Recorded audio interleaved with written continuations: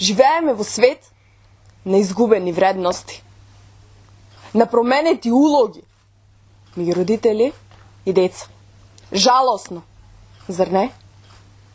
Денес, како да заборавивме на емоциите, заборавивме на воспитувањето на нашите деца.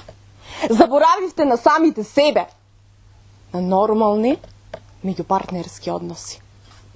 Заборавивте што е љубов и борба за истата. Јас ќе ве потсетам. Преку опис на една храбра девојка. Таа сакаше извици и гласно смеење. Тетоважите ги обожаваше. Сакаше брзо возење и гинење. Ја бараше магијата во се. Беше девојка која чекори поно што е најлудо, најнеправилно, а совршено.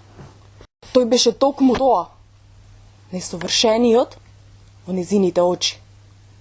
Господинот од секоја борба мораше да излези победник. Гладни за борба беа обајцата. Двајцата беа борци од мали нозе. Таа мисица, заводница, тој перфекционист, рекреативен борец и волк со педигре. Кој ли е победникот? Љубов и беше се. И беше кутија, каде што ги собираше и почита, и честа, жарот и желбата за нештото. Љубов и беше и насмевка, и плач, и награда, и пораз и победа. Може би не беше најдобра ученичка, пријателка, сестра, ќерка. Може би не беше најдобра љубовница некому, најдобра во неговиот кревет.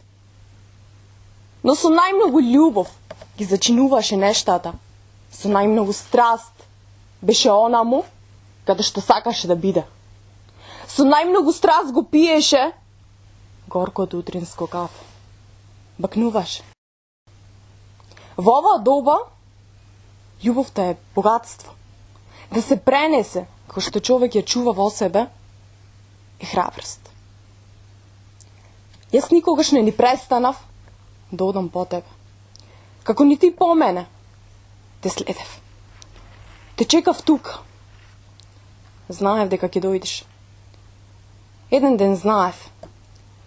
Те следев тебе, тогаш кога си изгубив себе. Те изгубив тебе. Те следев за да се пронајдам.